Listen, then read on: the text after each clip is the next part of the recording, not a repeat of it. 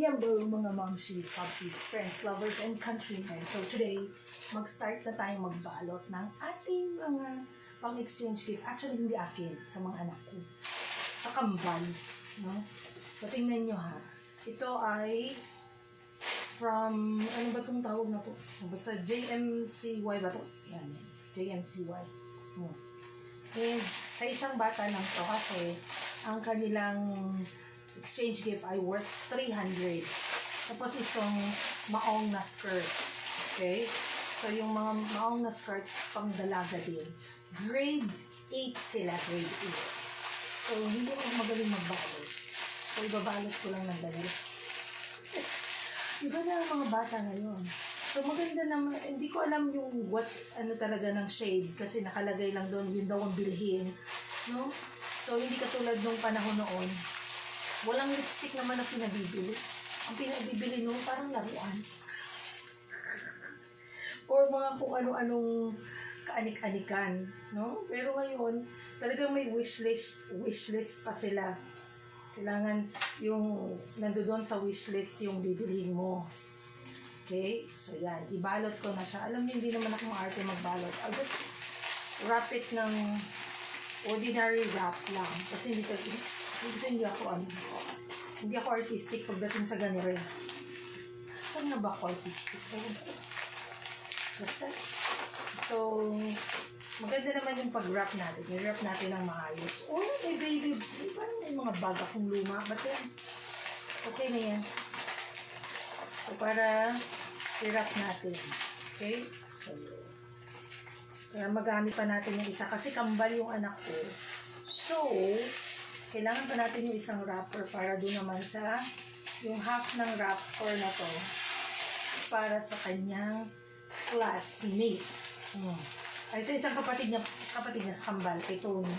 Ito kay Andre ito na, classmate. Okay. So, i-wrap natin. Sa inyo, magkano ang inyong,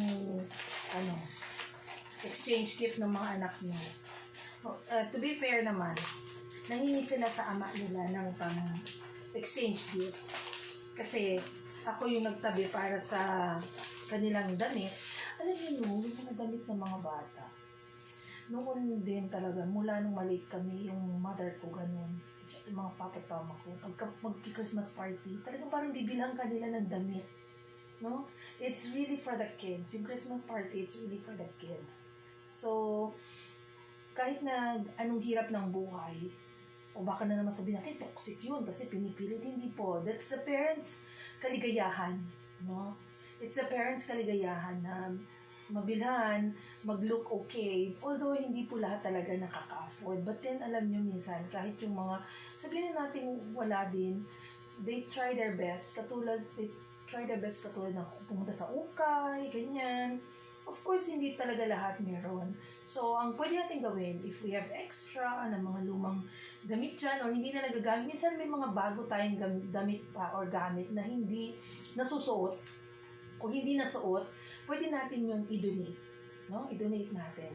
So, I'm not saying na I'm doing it, but may mga bagay dyan, mga luma kaming damit. Hindi man siya luma, bago pa din, hindi siya nasuot, or hindi siya kasya, na pwedeng magkasya sa iba. Mga shoes, mga skirts, or blouses, ganyan.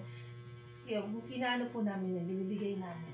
So, kaya tayo, let's all be thankful na gano'n, at saka, alam nyo, hindi yan toxicity na that the parents are providing kahit na hindi kinakaya ng budget all the time, but then they spare a little, no? Yeah, na-mention ko, yes, shout out din sa tatay ng mga anak ko dahil nagbigay naman para sa Christmas party exchange gift. Pina-message ko na, mingi naman kayo, di ba, bongga. Mabuti naman. Kaya, anyway, so ito na po yan. At saka yung isa naman, ang kanyang exchange gift ay, ano ba ang pang-exchange gift niya?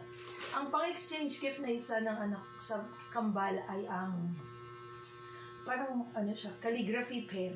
Yan. Tapos sketchpad. Yun lang. Para kay Tony yun, sa kanyang ka-exchange gift. Hindi kasi na ngayon sinasabi yung name. No? Hindi sinasabi yung name. Basta, ilalagay lang wishlist, tapos may mga code names, and then, bibilin mo yon, and then sa araw ng party nila, doon na sasabihin ko sino. Okay? So anyway, thank you guys. Mag-wrap na ako. Bye. Have a good day. Mag-class tayo later.